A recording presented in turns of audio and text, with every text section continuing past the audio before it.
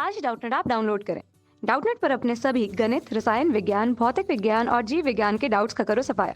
बस प्रश्न की फोटो खींचो, एक ही प्रश्न को क्रॉप करो और तुरंत वीडियो सोल्यूशन पाओ। अभी डाउनलोड करें। हेलो स्टूडेंट, इस क्वेश्चन में क्या है, एक पतले कांच जिसका अपवर्तनांक ANG मतलब वायु के सापेक्ष हमें अपवर्तनांक 3/2 दिया है के प्रिज्म द्वारा एक प्रकाश किरण का न्यूनतम विचलन कितना है, 40 अंश है। यदि प्रिज्म को एक द्रव ANL बराबर मतलब अपवर्तनांक लिक्विड का वायु के सापेक्ष कितना है, 5/4 है, में डुबो दिया जाए तो न्यूनतम विचलन कोण कितना होगा। ठीक है, पहले जो कांच है उसका मतलब माध्यम क्या है, वायु है। ठीक है, क्योंकि एयर के सापेक्ष अपवर्तनांक है। फिर उसका माध्यम क्या हो जा रहा है, द्रव हो जा रहा है, जिसका अपवर्तनांक वायु के सापेक्ष 5/4 है। तो ठीक है, हमें जो न्यूनतम विचलन होता है उसका फॉर्मूला लिखना है, किसके फॉर्म में, प्रिज्म के अपवर्तनांक के फॉर्म में। तो अपवर्तनांक के फॉर्म में किसी विचलन कोण का फॉर्मूला क्या होता है, विचलन कोण को हम D से लिखते हैं, बराबर होता है AN-1 के। ठीक है, तो जहाँ पे A है वो क्या है, प्रिज्म कोण है। क्या है, प्रिज्म कोण। और जो N है वो क्या है, अपवर्तनांक है। N को हम म्यू भी लिखते हैं, या म्यू क्या है, अपवर्तनांक। ठीक, अब हम देखते हैं तो हमें क्या क्या दिया है। पहले वाले केस में क्या दिया है, D बराबर 40 अंश है, बराबर A कांस्टेंट है, और N का मान कितना है, 3/2 - 1। ये हमारा पहला केस है, तो इसको हम पहली इक्वेशन लिख देते हैं। अब हमारे दूसरे केस में क्या है, हमें अब जो D का मान है वो पता नहीं है, तो D को हम DL से लिख लेते हैं, क्योंकि लिक्विड में दोबारा है, हम परिवर्तित हो रहा है। तो बराबर क्या हो जाएगा, A इंटू, अब जो अपवर्तनांक होगा माध्यम का, माध्यम के सापेक्ष कांच का, वो हम लिखेंगे क्या होगा, mu G respect to L मतलब लिक्विड के सापेक्ष -1। अब हम देखते हैं यहाँ पे कि अपवर्तनांक क्या होगा, A इंटू, तो कांच का अपवर्तनांक लिक्विड के सापेक्ष क्या होगा, कांच का अपवर्तनांक सबसे पहले वायु के सापेक्ष ANG बटे लिक्विड का अपवर्तनांक वायु के सापेक्ष ANL -1। तो हम यहाँ पे इन दोनों के मान हमें पता है, तो इन दोनों के मान हम रखते हैं, क्या है, A इंटू 3/2 बटे 5/4 -1।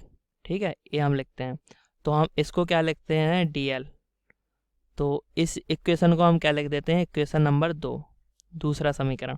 ठीक है, अब हम क्या कहते हैं, समीकरण 1 बटे अगर समीकरण 2 कर देते हैं, मतलब समीकरण 1 में समीकरण 2 का भाग दे देते हैं, तो क्या हो जाता है, 1 बटे समीकरण 2, तो हमें क्या मिलता है, 40/DL बराबर A, दोनों में कांस्टेंट है तो A से A कैंसिल हो जाएगा। ठीक है, A यहाँ पे भी है और A यहाँ पे भी है, तो A कैंसिल हो जाएंगे, तो ये बचेगा 3/2 - 1 बटे में, यहाँ पे आएगा 3/2 - 5/4, और इनका पूरा लासा होगा क्या, 5/4। तो ये जो लासा है वो ऊपर चला जाएगा, और ऊपर क्या बचेगा, 3/2 में से 1 घटाएंगे तो क्या बचेगा, 1/2 गुणित 5/4, क्योंकि ये लासा था 5/4, तो वो ऊपर चला गया, यहाँ से नीचे से ऊपर पहुँच जाएगा। तो ये जो 3/2 है और नीचे 5/4 है, इन दोनों को हम सॉल्व करेंगे, क्या सॉल्व होगा, इन दोनों का लासा 4 आ जाएगा, 4 आ जाएगा तो 3 दूनी 6 हो जाएगा, -5। ठीक है, तो 40 अंश बटे DL है ये। तो अब हम देखते हैं क्या हो रहा है यहाँ पे, ये जो 1/2 है उसे हम 5/8 लिख सकते हैं, तो 40 अंश बटे DL बराबर क्या आ जाएगा, 5/8, और यहाँ पे ये 6 में से 5 घट जाएगा तो क्या बचेगा, यहाँ पे 1 बचेगा, 1/4। तो अब हम जो 1/4 है उसको ऊपर ले जाएंगे, तो आ जाएगा 40/DL बराबर 5/8 गुणा 1/4 को हम ऊपर ले जाएंगे तो क्या हो जाएगा, 1/4 को हम ऊपर ले जाएंगे तो वो 4/1 हो जाएगा। ठीक है, तो ये हो जाएगा, 4 में से 8 कट जाएगा 2 बार, 5/2 बचेगा, तो यानी DL बराबर कितना आ जाएगा, DL को हम इस साइड ले जाएंगे, या 40/DL बराबर अभी लिखते हैं 5/2 है। तो अब हम DL को इस साइड ले जाते हैं और 5/2 को 40 की साइड ले जाते हैं, तो क्या बचेगा, DL बराबर हो जाएगा 40 गुणे 2/5, यानी ये हो जाएगा 80/5, यानी DL बराबर कितना बचेगा?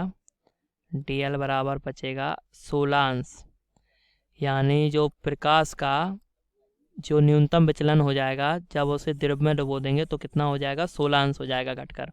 ठीक है, पहले न्यूनतम विचलन 40 अंश था जब वो वायु में रखा था कांच, तब कांच को हम द्रव में डुबो दे रहे हैं तो उसका विचलन कितना हो जा रहा है? 16 डिग्री हो जा रहा है, या 16 अंश हो जा रहा है। ठीक है, थैंक यू। कक्षा 6वीं से 12वीं से लेकर नीट, IIT, JEE वो एडवांस के लेवल तक 1 करोड़ से ज़्यादा छात्रों का भरोसा। आज ही डाउनलोड करें डाउटनेट ऐप या व्हाट्सएप करें अपने सारे डाउट्स 8400 400 400 पर।